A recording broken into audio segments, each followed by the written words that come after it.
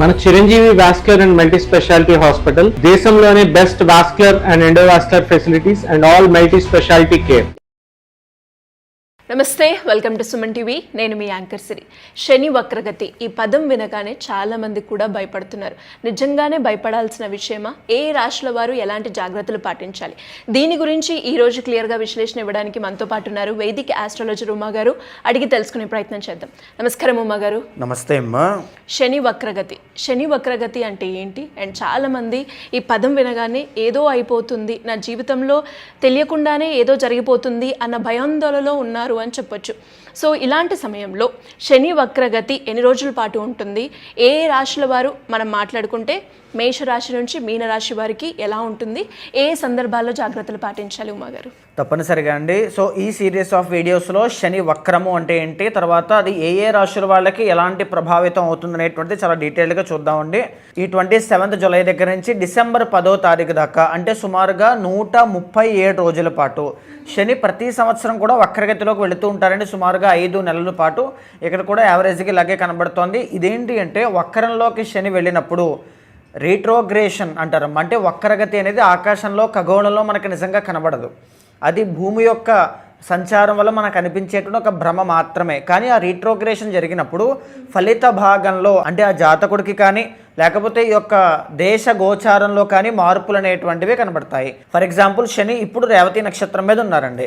October 10వ తారీఖు దాకా రేవతి నక్షత్రంలో ఉన్నటువంటి శనిగ్రహ సంచారం అక్టోబర్ 10 తర్వాత మళ్ళీ వెనక్కి ఉత్తరాభాద్ర నక్షత్రం మీదకి రాబోతుంది. సో అయితే మనం డీటెయిల్గా చూస్తే ఈ రీట్రోగ్రేషన్ అంటే రీఎవాల్యూషన్, మనల్ని మనం రీచెక్ చేసుకోవడం. కర్మ, పాస్ట్ లైఫ్లో కర్మ, పాస్ట్ డేస్లో చేసిన కర్మకి ఇప్పుడు దానికి తగినట్టుగా అనుభవింప చేయడమే.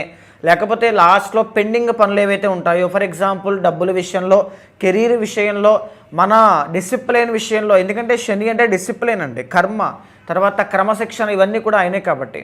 సో అలాంటి వాటి విషయాల్లో ఒక గుణపాఠాన్ని నేర్పడానికి శని అనేటువంటి ఆయన వక్రగతిలోకి వెళ్ళినప్పుడు కొన్ని రాశుల వాళ్ళకి చాలా డీప్ బ్యాడ్ ఎఫెక్ట్స్ అనేటువంటివి ఉంటాయి.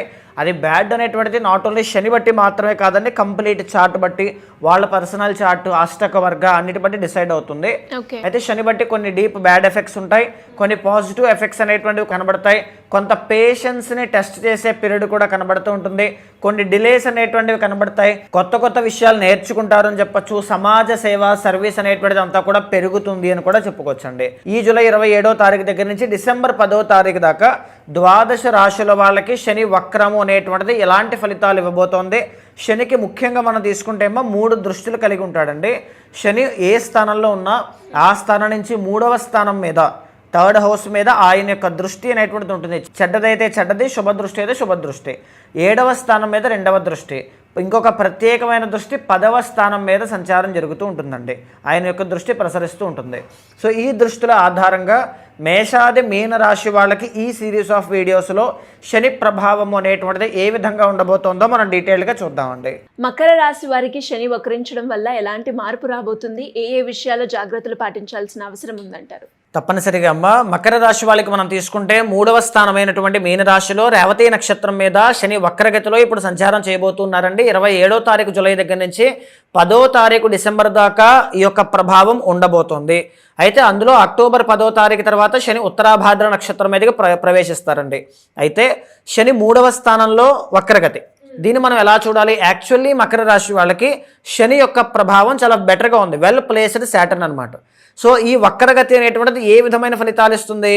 3వ స్థానము పైసెస్ అయ్యింది అని అంటే విదేశాలు వెళ్ళేటువంటి వాళ్ళు, విదేశాల్లో ఉన్నటువంటి వాళ్ళు మీ యొక్క పరాక్రమ స్థానము కదండి.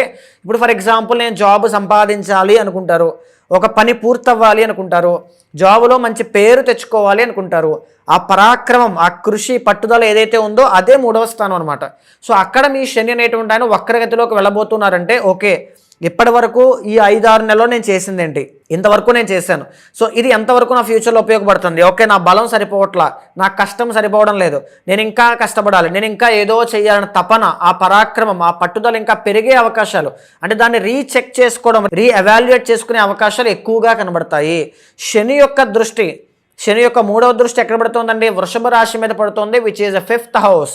అంటే ఏంటి అంటే మీ సంతానము కోసం, పిల్లల కోసం తీసుకునే నిర్ణయాలు, పిల్లల కోసం ఆరోగ్యం కోసం తీసుకునే నిర్ణయాలు, భవిష్యత్తు విద్య కోసం తీసుకునే నిర్ణయాలన్నీ కూడా మళ్ళీ రీచెక్ చేసుకోవడం.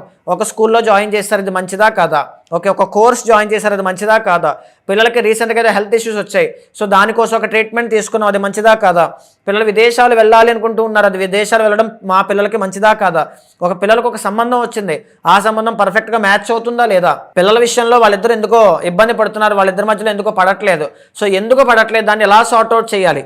సో గతంలో మనం పిల్లలకి చేసిన మంచి ఏమిటి, ఇప్పుడు మనం చేయబోయేది ఏంటి, పిల్లల కోసం వాళ్ళు తీసుకునే నిర్ణయాలు మనం ఎలాగ వాళ్ళకి సహాయం చేయొచ్చు, ఇలాంటి విషయాలన్నింటి మీద కూడా సమీక్షించేటువంటి అవకాశాలు 137 రోజుల్లో శని భగవానుడు ఇస్తారు. శని యొక్క 7వ దృష్టి ఎక్కడ పడుతుందండి, 9వ స్థానమైనటువంటి కన్యా రాశి మీద పడుతుంది.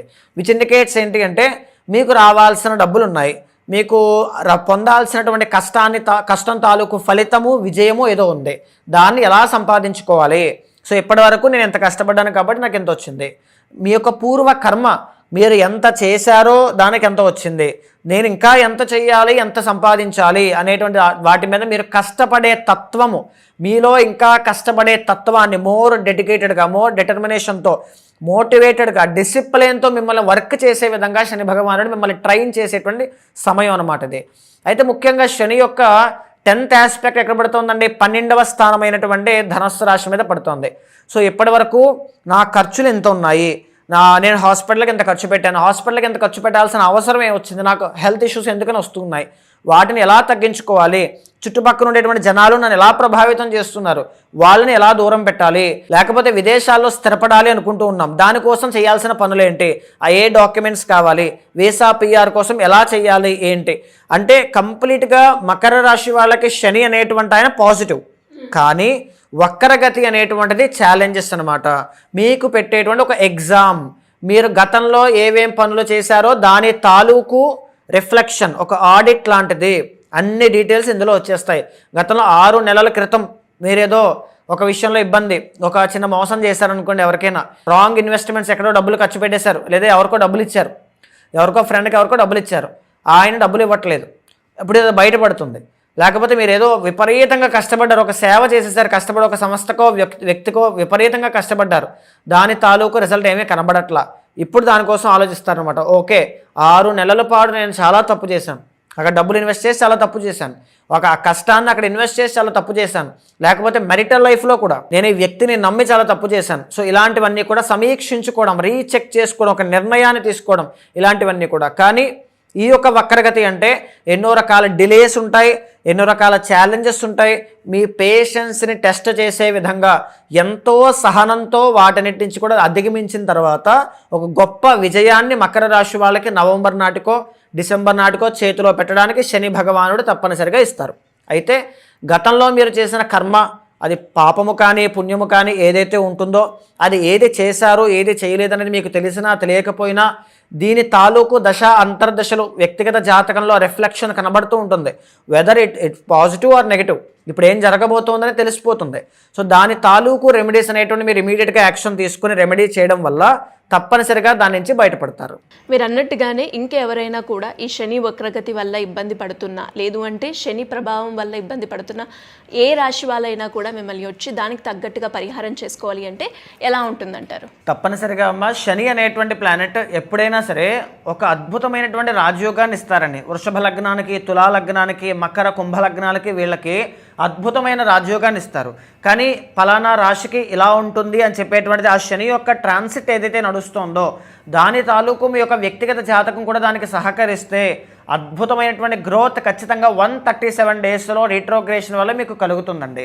అయితే ఈ శని అనేటువంటి ఆయన దానికి ఎంత బలం ఉందో మనం చెక్ చేయాలి, ఎందుకంటే రేవతి నక్షత్రం మీద ఇప్పుడు ఉన్నారు కాబట్టి. సో ఆ అష్టక వర్గము కానీ అన్నీ కూడా మీ వ్యక్తిగత జాతకం చూడాలి అనుకుంటే తప్పనిసరిగా మీకు కింద కనిపించే నెంబర్కి కాల్ చేస్తే మా వాళ్ళు మీకు పూర్తి వివరాలు అందిస్తారు. మీ యొక్క జాతకాన్ని చూసిన తర్వాత గోచారంతో సమన్వయం చేస్తూ ఏదైనా దోషాలుంటే శాంతి పరిహారములు ఆచరింపచేసి భగవత్ అనుగ్రహం కలిగేలా చేస్తాను. థ్యాంక్ యూ అమ్మగారు, థ్యాంక్ యూ సో మచ్. నమస్తే అండి.